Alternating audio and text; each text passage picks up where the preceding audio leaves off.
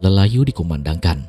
Orang-orang di sekitaran desa Tejokromo saling membicarakan hal yang kurang baik terkait dengan kematian dari Ibu Heni. Mereka yang mengenali Ibu Heni sebagai sosok figur seorang ibu yang tidak memiliki kegiatan yang aneh atau semacamnya tiba-tiba mendapatkan sebuah musibah besar untuk dirinya sendiri. Sementara itu Pak Sumardi dan juga Ibu Sumi menuju ke rumah Ibu Heni. Langkah kaki mereka agak dipercepat karena posisi dari jenazah sendiri sudah tercium aroma yang tidak sedap dari tubuhnya. Masyarakat masih membicarakan hal yang tidak terselesaikan. Semenjak kematian dari Kusumawati, Ibu Heni mendapatkan sebuah penyakit aneh hingga menyebabkan kedua kakinya tidak bisa digerakkan.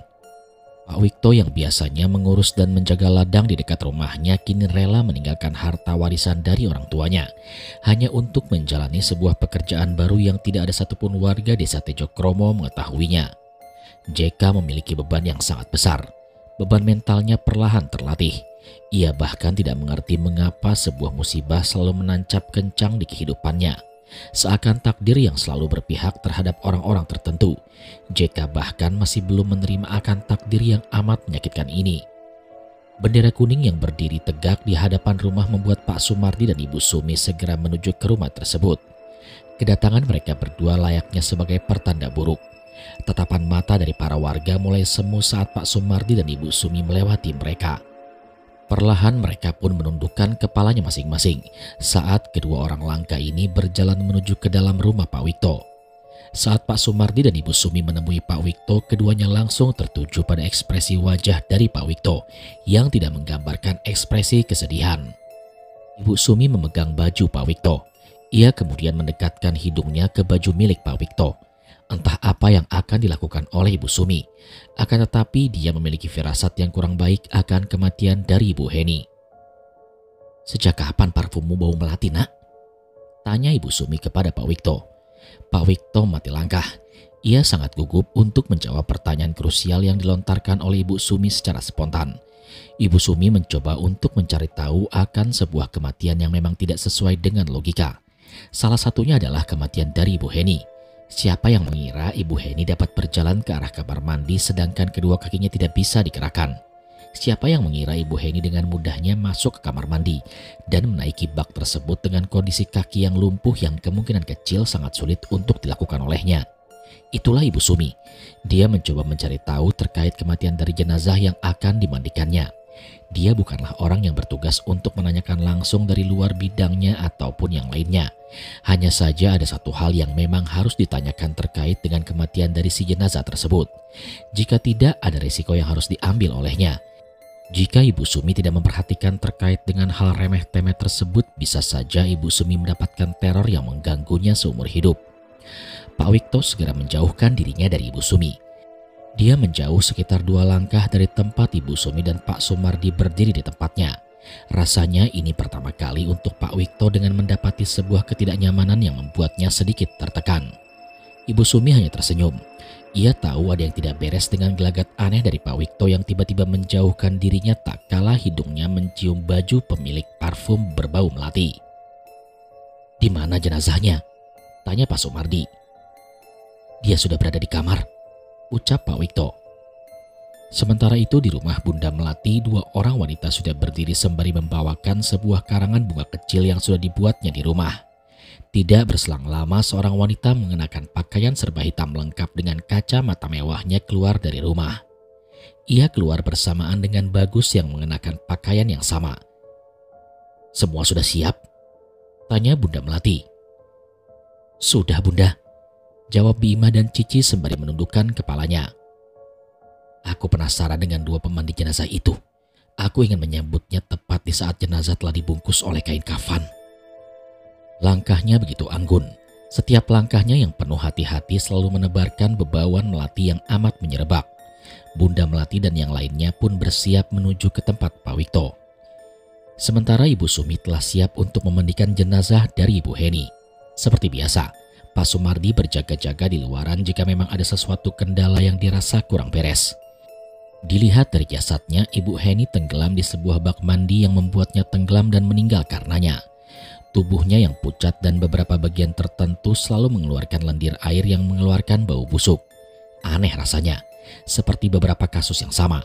Kematian dari Ibu Heni seperti layaknya kematian dari anaknya sendiri yaitu Kusumawati. Bedanya tubuh dari Ibu Heni tidak menekuk dan dalam kondisi yang normal. Hanya saja bau busuk yang dikeluarkan jenazah amat mengganggu proses pemandian dari Ibu Heni. Beberapa kali Ibu Sumi mengulur waktu untuk memandikan jenazah Ibu Heni karena bau busuk yang dikeluarkan dari tubuh jenazah. Ia tahu, tak kala jenazah meninggal dalam kondisi yang di luar logika, Ibu Sumi akan merasakan ada tekanan tertentu di saat memandikannya. Kedua tangannya mulai memijati bagian perut si jenazah. Kemudian ia membersihkan sela-sela dari beberapa bagian tubuh yang memang harus dibersihkan agar bersih. Setidaknya Ibu Sumi bisa mengetahui secara pasti letak bau busuk yang dikeluarkan dari tubuh jenazah tersebut. Sempat ia memiliki pikiran di luar nalar saat tatapannya terarah ke bagian vital dari jenazah tersebut. Pasalnya ia seperti meyakini jika letak pusat dari bau busuk itu berada pada bagian alat vital si jenazah itu. Dan memang benar saja, saat dirinya kembali mengecek bagian vital dari tubuh Ibu Heni, ia mendapati ada cairan yang terus mengalir berwarna kuning seperti nanah. Ibu Sumi segera menutup hidungnya rapat-rapat. Kepalanya tiba-tiba pusing di saat bau busuk itu kembali menyerebak. Aneh, mengapa jenazah yang sama terlahir kembali? Apakah ini bagian dari perbuatan si iblis itu? Ucap Ibu Sumi dalam hati. Namun ia tidak menyerah.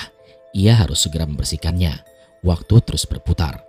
Orang-orang di luaran sudah menunggu saat di mana proses pemandian itu akan selesai. Ibu Sumi pun memberanikan diri untuk membersihkan bagian dari alat vital si jenazah. Ia tidak tega jika tubuh jenazah belum sepenuhnya dibersihkan dan membuat si jenazah dalam keadaan yang tidak baik-baik saja. Proses terakhir dari pemandian jenazah pun dilakukan.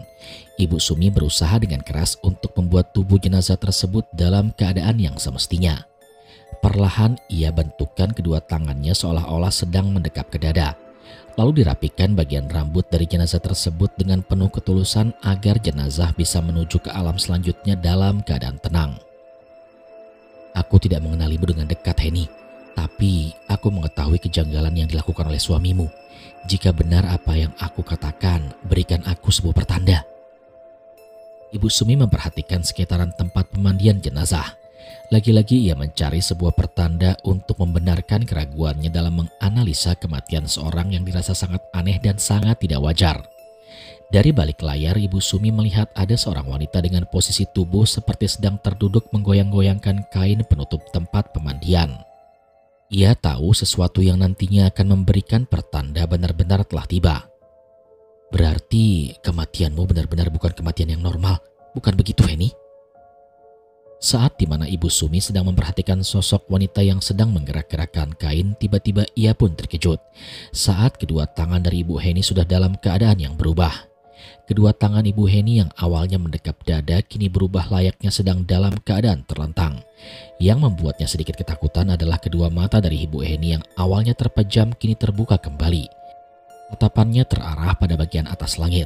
Tatapannya benar-benar tajam seperti orang yang terbangun dari kematian. Ibu Sumi kembali membereskan kedua tangan dari almarhumah Ibu Heni yang sudah terlentang.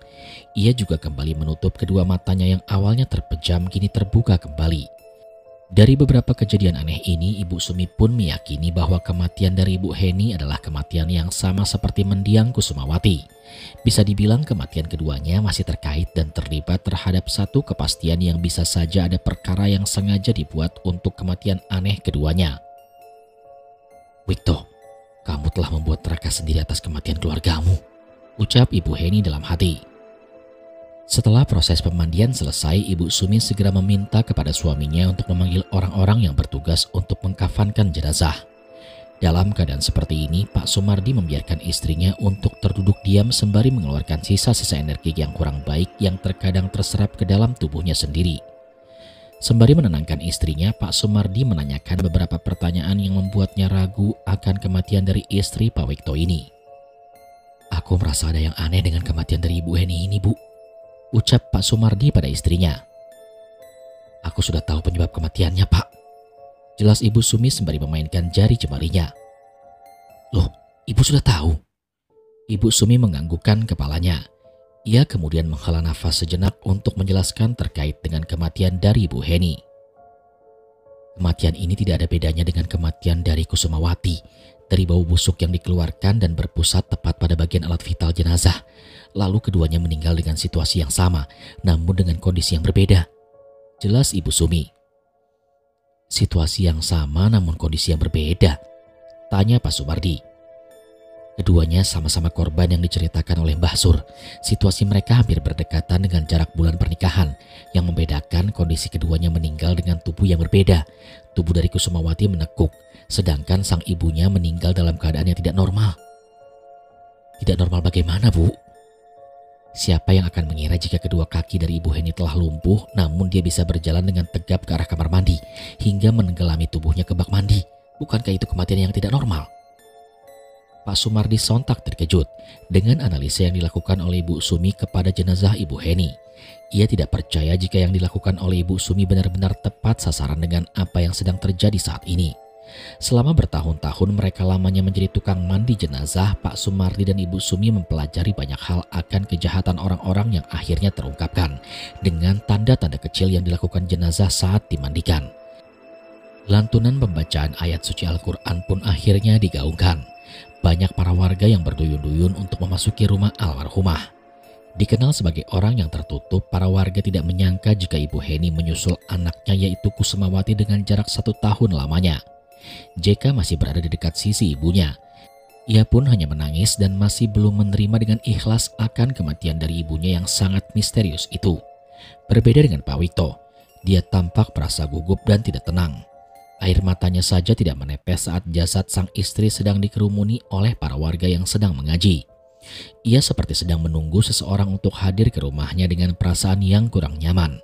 Artinya, dari raut wajah Pak Wito dan ekspresinya yang sangat pasif, Pak Sumardi dan Ibu Sumi merasa ada yang sedang ditutup-tutupi oleh Pak Wito atas kematian dari istrinya.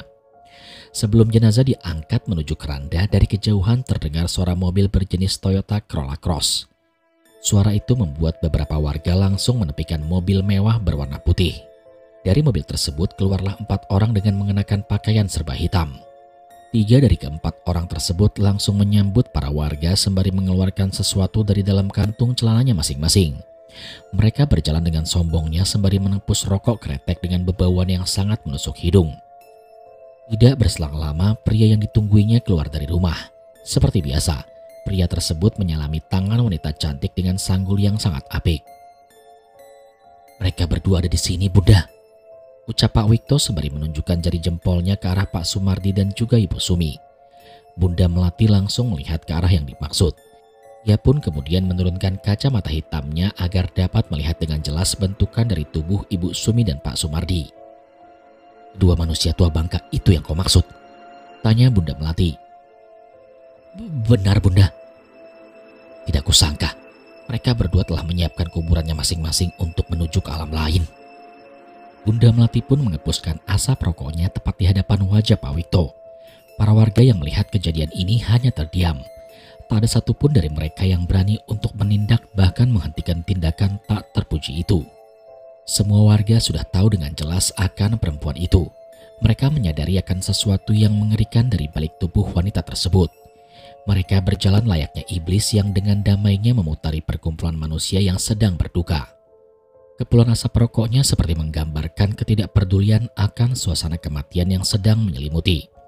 Dari kejauhan Ibu Sumi dan Pak Sumardi segera menatap wanita dengan langkah yang congkak tersebut. Kedua tangan dari Pak Sumardi tampak geram. Ingin rasanya ia mendaratkan bogeman mentah ke arah pipi wanita iblis itu. Akan tetapi dia menyadari posisinya untuk saat ini. Tanpa informasi yang dikumpulkan oleh istrinya, Pak Sumardi tidak memiliki senjata apapun. Baginya untuk mengalahkan musuh yang memiliki kekuatan di luar nalar, ia harus memiliki strategi dengan mengaitkan pikiran dan banyak informasi penting yang akan menunjukkan kelemahan dari si musuh. Layaknya berjuang dengan cara bergerilya, Pak Sumardi telah menggambarkan dengan jelas ke otaknya akan 4 manusia iblis yang sedang memamerkan kedikdayaannya. 2 orang dari mereka adalah perias pengantin. Aku yakin salah satu adalah orang yang bertugas perias pengantin di bulan pengantin nanti, ucap Ibu Sumi. "Mengapa mereka dengan frontalnya mendatangi lokasi ini?" tanya Pak Sumardi. "Ini sangat berkaitan dengan Kusumawati, Pak." Pak Sumardi pun baru ingat jika kedatangan dari Bunda Melati dan yang lainnya oleh sebab Kusumawati. Dia yang dulunya pernah menjadi bagian dari keluarga Bunda Melati dan mantan istri dari Bagus ini adalah alasan terpenting dari kedatangan Bunda Melati ke rumah Pak Wikto. Dari cara jalan mereka, Pak Sumardi dan Ibu Sumi sudah sangat geram. Mereka melihat dengan jelas betapa congkaknya manusia yang sedang menghadiri acara duka ini. Suatu saat keempat manusia itu akan kumandikan seorang diri, ucap Pak Sumardi. Setelah melewati kerumunan warga, 4 orang tersebut segera memasuki rumah yang di dalamnya sudah tergeletak jenazah Ibu Heni. Saat mereka tiba di bibir pintu, JK segera bangkit dari duduknya. Rasa sedihnya kini berubah menjadi perasaan marah. Matanya tertuju pada seorang wanita bersanggul yang dengan santainya mengepuskan rokok kreteknya di ruangan tersebut. "Bajingan, mau apa kau kemari?" ucap JK dengan penuh amarah. Para warga segera menenangkan bentuk emosional dari JK. Akan tetapi wanita bersanggul itu justru memanas-manasi JK lebih dalam. "Apakah anakmu tidak tahu sopan santun, Wikto? Sudah kuduga, ibu dan kakaknya pantas mati lebih cepat dibanding hidup lebih lama dengan anak durhaka ini," ucap Bunda Melati. JK pun meringsak maju ke depan. Namun tubuhnya kembali ditahan oleh beberapa warga yang kebetulan tidak menginginkan pecahnya keributan dalam keadaan yang sedang berduka ini. Pak Wikto sendiri tidak bisa berbuat apa-apa. Ia bahkan hanya memandangi anaknya dengan perasaan yang penuh bersalah. Rasa canggungnya terlihat dengan jelas dari wajahnya yang selalu menundukkan ke arah bawah. Seolah-olah tidak ingin adanya hal yang membuat suasana menjadi tidak nyaman. Pak Wikto berusaha untuk berdiam diri tanpa mencampuri urusannya dengan urusan Bunda Melati dan juga anaknya. "Anak tidak tahu diuntung. Kedatangan kami kemari karena satu hal yang penting. Karena kakakmu pernah menjadi bagian dari keluarga kami. Kami menghormati kematian ibumu. Akan tetapi dengan tingkahmu yang tidak terpuji, aku semakin tidak yakin jika ibumu bahagia di alam sana." Kata-kata dari Bunda Melati itu membuat JK berteriak dengan kencang. Emosinya kini meledak. Ia memaksakan tubuhnya untuk mendobrak para pagar manusia yang sengaja membendung JK agar tidak terpecah keributan. Di luaran rumah, para warga segera berduyun-duyun untuk menenangkan keadaan yang kian parah. Untungnya orang yang ditunggu-tunggu akhirnya tiba. Seorang ustadz dengan perawakan tidak terlalu tua dan tidak muda mendatangi rumah yang sudah penuh dengan warga di hadapannya. Ustadz itu kemudian menenangkan keadaan yang sudah kacau balau karena ulah dari Bunda Melati yang sengaja mencoba untuk membuat keributan. Dia adalah Ustadz Somantri. Seperti biasa, Ustadz Somantri adalah orang yang memimpin jalannya ritual penguburan jenazah tersebut. Di saat Ustadz Somantri memasuki rumah, orang-orang langsung terdiam dengan sendirinya. Tanpa banyak basa-basi, Ustadz Somantri segera menyuruh kepada beberapa warga untuk mengangkat jenazah Ibu Heni ke dalam keranda. Ia berprasangka bahwa tidak baik jenazah untuk tidak disegerakan dikuburkan dengan cepat. Dan dengan keributan yang baru saja terjadi, Ustadz Somantri sendiri mengkhawatirkan akan orang-orang yang berada di sekeliling jenazah tersebut. "Cepat kuburkan jenazah Ibu Heni," perintah Ustadz Somantri. Para warga segera mengangkat keranda yang di dalamnya sudah terdapat Ibu Heni. Para warga pun berduyun-duyun untuk mengikuti arah dari orang-orang yang mengangkat jenazah tersebut ke arah pemakaman. Lantunan kalimat talqin seolah-olah membuat getar para hati orang-orang yang merasakan kesedihan, terkecuali kepada yang memiliki sifat busuk di dalam hatinya. Suara talqin justru membuat telinga mereka menjadi tidak nyaman, hatinya seperti panas. Mereka tidak menyukai dengan tindakan hal semacam ini. Mereka sama sekali tidak memikirkan adat dari orang-orang yang terlihat kuno. Pikiran mereka hanyalah satu. Ketika manusia sudah meninggal, mereka setidaknya langsung melakukan penguburan tanpa adanya adat istiadat kuno yang sedang dilakukan oleh Ustadz Somantri beserta dengan para warga Tejo Kromo. Di sisi lain, JK berjalan sendirian tanpa didampingi dari bapaknya. Sembari menahan rasa sedihnya, JK berusaha kuat untuk memberikan ketenangan kepada ibunya di alam selanjutnya. Setibanya di pemakaman, JK diminta untuk turun ke dalam liang lahat untuk membacakan azan yang terakhir kalinya kepada sang ibu tercinta. Walaupun dalam keadaan yang hancur, JK dengan mudahnya untuk menyelesaikan lantunan suara azan tersebut. Para warga yang melihat kondisi mental JK hanya bisa tertegun sembari menenangkan isak tangis JK yang kembali pecah di saat tanah-tanah kuburan mulai menutup liang lahat ibunya. Tidak seperti biasanya, Pak Sumardi dan Ibu Sumi sangat jarang sekali mengikuti proses penguburan jenazah sampai usai. Biasanya setelah acara pemandian jenazah telah selesai, Ibu Sumi dan Pak Sumardi langsung kembali pulang. Namun berbeda untuk sekarang. Ia bahkan mengikuti kegiatan itu hingga berakhir. Keduanya yang sangat mengetahui keadaan JK seperti tidak tega untuk meninggalkannya di kuburan untuk menenangkan memori terakhirnya bersama dengan Ibu Heni. Sementara itu Pak Wikto dengan santainya mengatakan jika kematian istrinya tidaklah membuat nyalinya menjadi surut untuk mengikuti serangkaian rencana selanjutnya yang akan dilakukan oleh Bunda Melati bersama dengan para pengikutnya. Apakah kita akan menumpaskan Sumardi dan juga Ibu Sumi terlebih dahulu? Tanya Pak Wikto saat berada di kamar pribadinya bersama dengan Bunda Melati. Bunda Melati kemudian mendekati Pak Wikto. Dengan bibir yang menggoda, ia mengecup bibir pria itu dengan penuh gairah. Tampaknya ia belum puas dengan serangkaian rencana yang akan dibuatnya setelah kematian dari Ibu Heni. Tenang dan bersabarlah sayang. Bukankah aku menugaskanmu untuk memperbaiki permainanmu di ranjang? Untuk rencana dan yang lainnya, serahkan saja kepadaku. Pak Wikto tersenyum mendengar hal itu. Ia kemudian mengunci pintu rapat-rapat. Tidak berselang lama Pak Wikto melepaskan semua busananya tanpa ada selai benang pun yang menempel pada tubuhnya. Bunda Melati segera menuju ke kasur. Ia membentangkan tubuhnya. Secara perlahan Pak Wikto mendekati wanita itu dan segera melucuti pakaiannya secara perlahan hingga menikmati percintaan haramnya itu. Kematian adalah salah satu bentuk akhir dari kehidupan seseorang. Ucapan ini ditujukan untuk orang-orang biasa, berbeda dengan Ibu Sumi dan juga Pak Sumardi. Mereka lebih tahu terkait dengan apa yang dirasakan oleh jenazah setelah kematian itu merenggutnya. Sebelum jenazah dimandikan, Ibu Sumi yang telah melihat banyak pertanda aneh yang membuat banyak pertanyaan di kepalanya. Apa peran Pak Wikto dalam keterkaitan ini? Jika Pak Wikto bergabung, apakah dia hanyalah sebagai umpan belaka atau memang sebaliknya? Pertanyaan ini terus berada di kepala Ibu Sumi. Dia bahkan belum memecahkan sepenuhnya teka-teki misterius dari Bunda Melati. Ustadz Somantri kemudian menghadapkan pandangannya ke arah Ibu Sumi dan juga Pak Sumardi. Tampaknya ada sesuatu yang ingin ia sampaikan kepada Ibu Sumi dan juga Pak Sumardi. Mohon maaf Pak, Bu, apakah jenengan berdua ini adalah orang yang bertugas memandikan jenazah? Tanya Ustadz Somantri. Benar Ustadz, kami berdua adalah orang yang sering memandikan jenazah.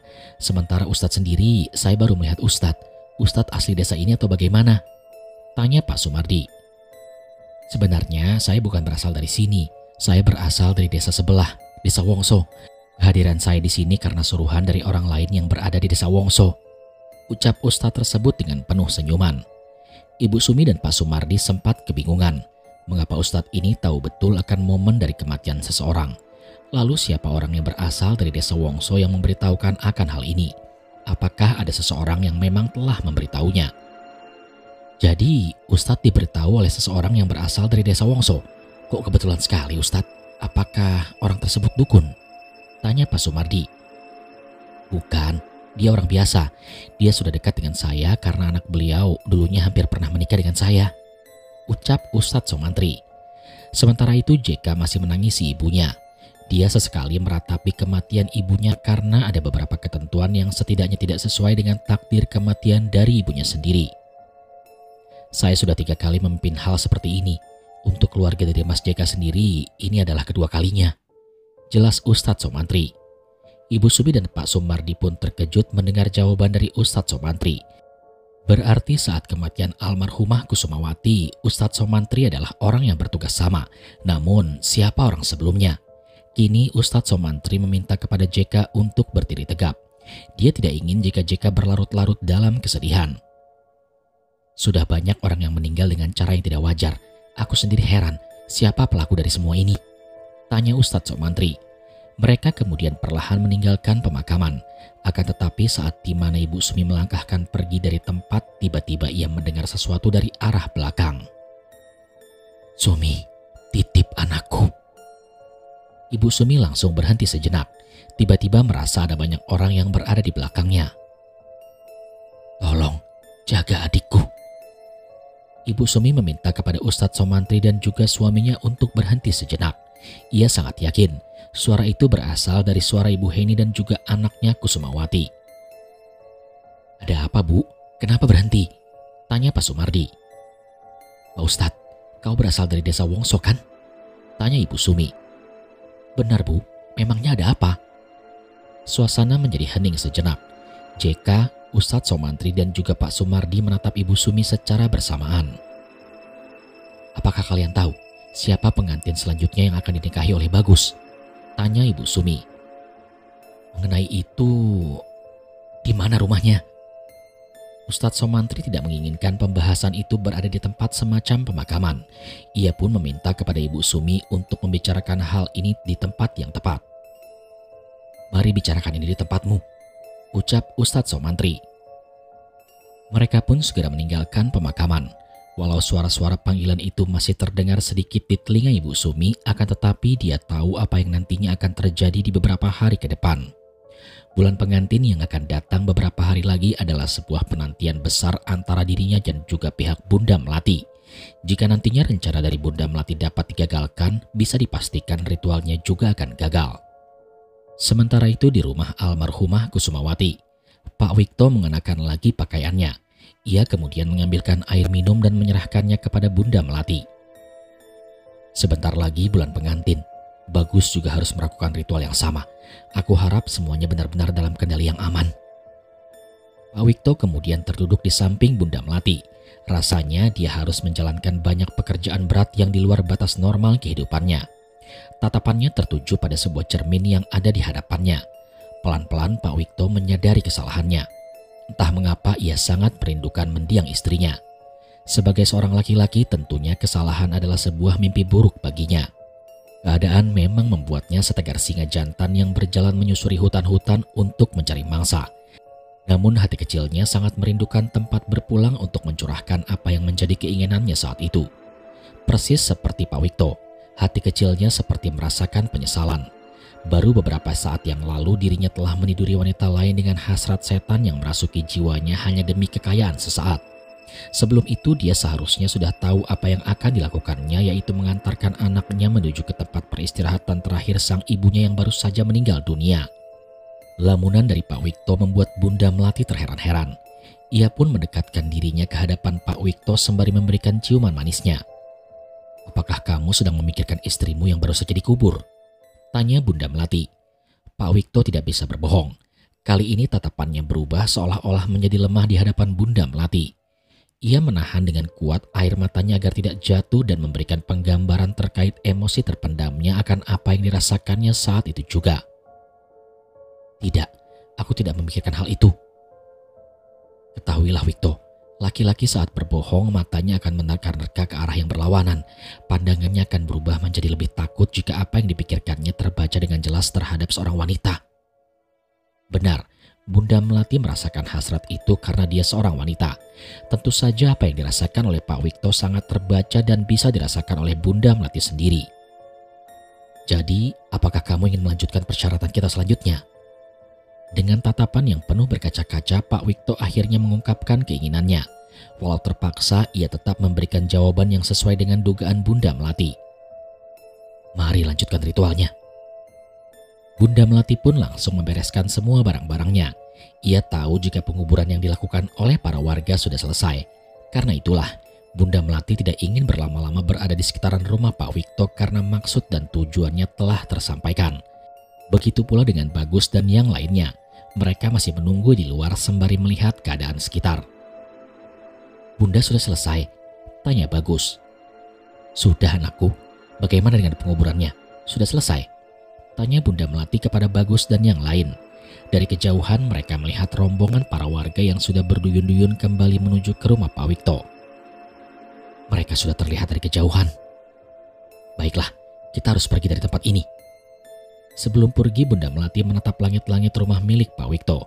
Begitu juga dengan saat dirinya memandangi Pak Wikto dengan tatapan yang penuh gairah.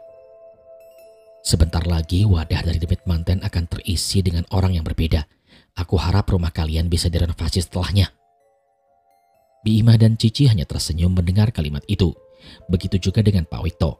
Mereka tahu jika Bunda Melati sudah mengatakan hal yang demikian, itu artinya pembagian hasil akan dilakukan. Mesin mobil segera dihidupkan oleh Bagus.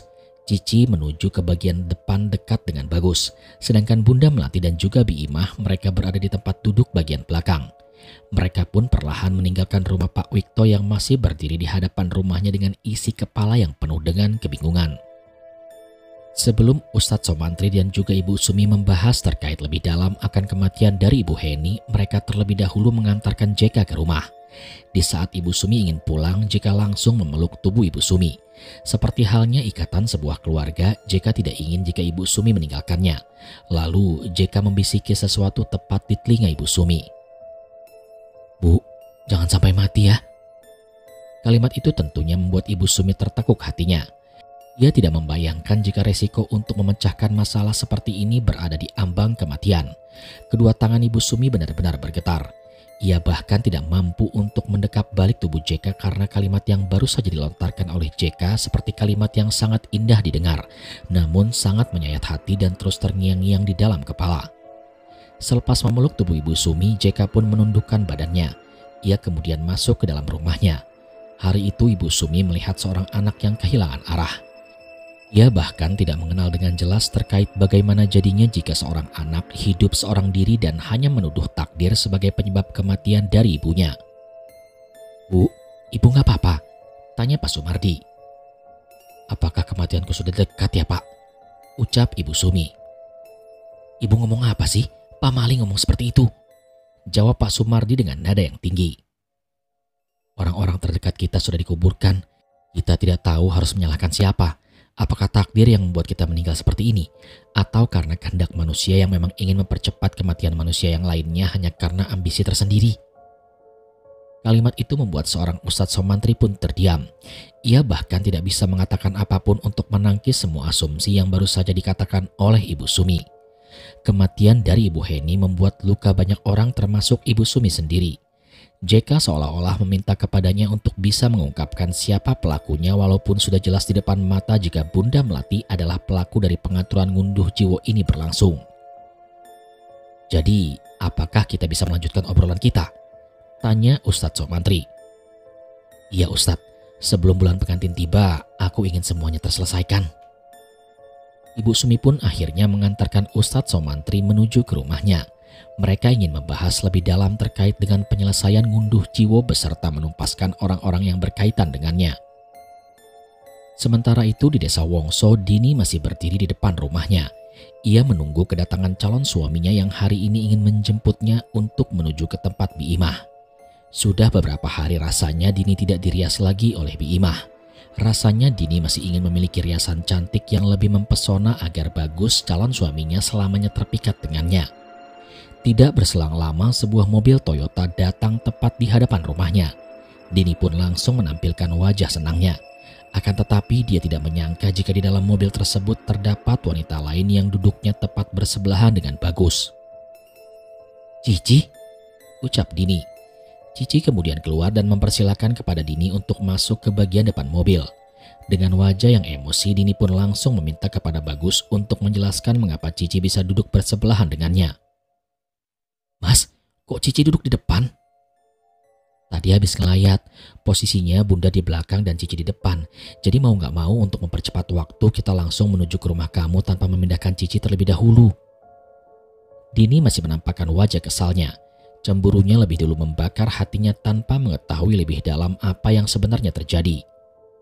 Ya begitulah wanita Mas Bagus. Dia tidak mau jika tempat duduknya didahului oleh wanita yang lain.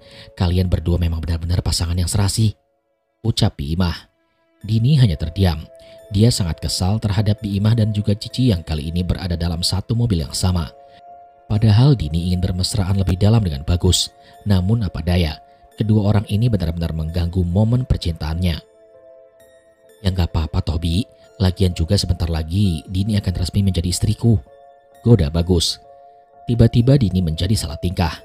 Ia tersenyum lebar seakan-akan kekecewaannya telah terbayarkan dengan rayuan maut dari mulut Bagus. Namun kegembiraan Dini tidak berlangsung lama. Cici yang rupanya memiliki perasaan yang sama langsung menambahkannya. "Memangnya Dini bisa hidup selamanya dengan Bagus?" tanya Cici. Dini pun langsung menoleh ke arah belakang. Tatapannya tajam langsung mengarah ke Cici. Tampaknya apa yang ia rasakan benar-benar terjadi. Dini benar-benar meyakini jika Cici juga memiliki perasaan yang sama seperti dengannya. "Bukankah kau seorang wanita? Apa salahnya menutup mulutmu dengan rapat? Bagaimana jadinya jika kamu yang merasakan di posisiku saat ini?" tanya Dini kepada Cici. "Sudah, Cici cuma bercanda," Ucap Bagus menenangkan Dini. Maksud Mbak Dini bagaimana perasaanku jika berada di posisimu? Sudah sangat jelas, aku tidak akan memperbolehkan siapapun untuk menduduki singgasanahku. Apalagi jika ada wanita lain yang sengaja menduduki tempat dudukku. Siapapun itu, aku akan menumpaskannya. Jelas Cici. Bi Imah pun langsung menyumpal mulut Cici dengan tangannya. Ia kemudian meminta maaf kepada Dini dengan kalimat buruk yang baru saja dikatakan oleh Cici. Maaf Dini, anakku itu bercanda. Wajar saja, yang baru saja meninggal adalah orang tua si wanita yang merebut calon suaminya. Jadi dia sangat terbawa emosi. Tiba-tiba Dini langsung menghadapkan wajahnya ke arah depan. Sedangkan Bagus, dia seperti terkejut dengan kalimat yang baru saja dilontarkan oleh Bi Imah. Tunggu dulu, ucap Dini. Kenapa lagi sayang? Tanya Bagus. Dini kemudian menghadapkan wajahnya ke arah belakang.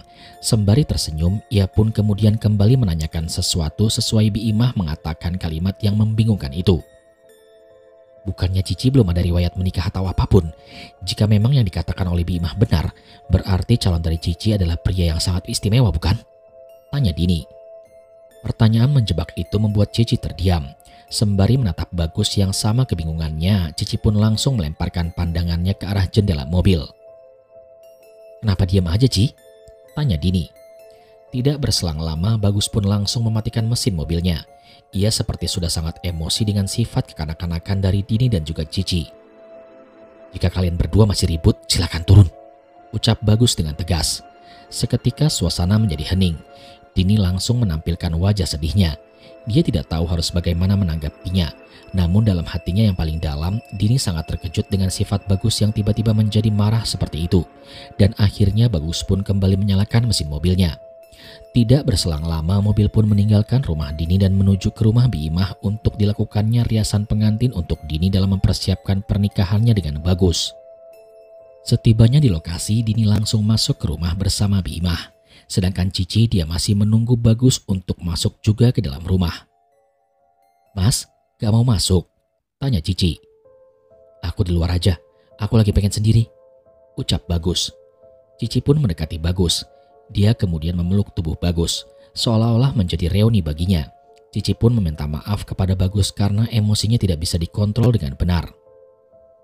Maafkan aku ya mas, aku tidak ingin jika kamu jatuh ke orang lain selain aku. Lepaskan Ci, bagaimana nanti kalau Dini tahu? Tidak mungkin mas, Dini berada di dalam ruangan rias pengantin bersama dengan ibuku.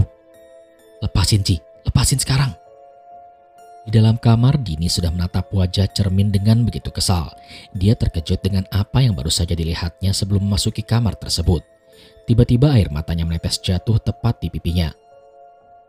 Benar kata ibu, pria itu bukan sebaik-baiknya pria yang akan aku nikahi nanti, ucapnya sembari mengantongi dua sisir rias yang menurutnya sangat berfungsi. Sementara itu di desa Tejokromo, rumah Ibu Sumi. Ibu Sumi memperhatikan gerak-gerik dari Ustadz Somantri. Ia kemudian terduduk di sebuah kursi yang mampu menghadap keduanya secara langsung. Salah satu tangannya masuk ke dalam kantung bajunya. Sepertinya ada sesuatu yang ingin ia beritahu terkait apa yang selama ini menjadi sesuatu yang ditakutinya. Bunga ini, ucap Ustadz Somantri. Bunga ini adalah sesuatu yang sangat kubenci semenjak wanita yang kucintai meninggal dunia dengan cara yang mengenaskan. Aku tidak bisa melupakan wajahnya yang membiru tak kala kematiannya menjadi neraka dunia untuk kehidupannya saat itu. Ibu Sumi dan Pak Sumardi pun mendengarkan awal mula terbunuhnya wanita yang dicintai oleh Ustadz Somantri tersebut.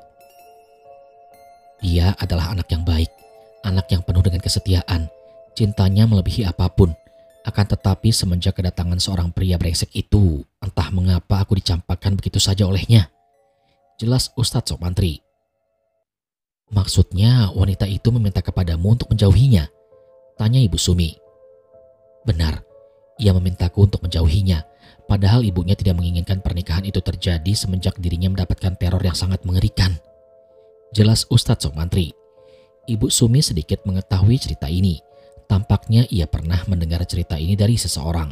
Namun untuk mematahkan rasa penasarannya, ia pun mendengarkan sampai akhir akan cerita yang disampaikan oleh Ustadz Somantri. Ternyata awal mula terjadinya hal tersebut adalah saat di mana wanita itu didatangi oleh 4 orang pria asing yang bermaksud ingin menjadikannya sebagai calon menantunya. 2 dari keempat orang tersebut memiliki ikatan darah, sedangkan sisanya bukanlah pasangan suami istri, melainkan sebuah pasangan yang hanya dijadikan sebagai wadah ritual. Aku mendapatkan cerita ini langsung dari si ibu wanita itu. Jelas Ustadz Somantri. Tunggu sebentar, siapa wanita yang kau maksud itu? Tanya Ibu Sumi. Maksudnya wanita yang kau cintai itu? Benar, Rahayu namanya. Sudah kuduga, ucap Ibu Sumi. Kau mengenalnya? Aku juga sudah mengetahui cerita ini langsung dari si ibu wanita tersebut. Mbak Suryani kan namanya? Tanya Ibu Sumi. Benar, Mbak Sur. Dia adalah ibu dari Rahayu.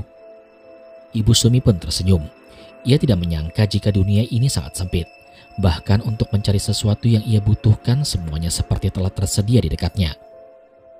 Bagaimana Ibu Sumi dan Pak Sumardi mengenal beliau? Aku dan suamiku ingin membongkar ngunduh jiwo yang telah terjadi di desa ini. Katanya korban dari ngunduh jiwo itu juga berasal dari desa lain, seperti desa Wongso. Maka dari itu, aku ingin mengetahui lebih dalam karena kami berdua didatangi langsung oleh sosok Rahayu. Rahayu? Rahayu mendatangi kalian? Benar, dia meminta tolong untuk dilepaskan. Kedatangannya bertepatan dengan kematian dari Kusumawati, korban ke-8 dari ngunduh jiwo. Ustadz Somantri terdiam sejenak. Ia kemudian ingin lebih tahu secara dalam terkait dengan informasi yang ditangkap oleh Ibu Sumi terkait dengan ngunduh jiwo. Namun dari semua informasi yang aku kumpulkan, aku belum mengetahui bagaimana kinerja dari ngunduh jiwo itu berlangsung. Lalu apa hubungan Pak Wikto dengan Bunda Melati? Ustadz Somantri tertawa mendengar kalimat serius yang diucapkan oleh Ibu Sumi.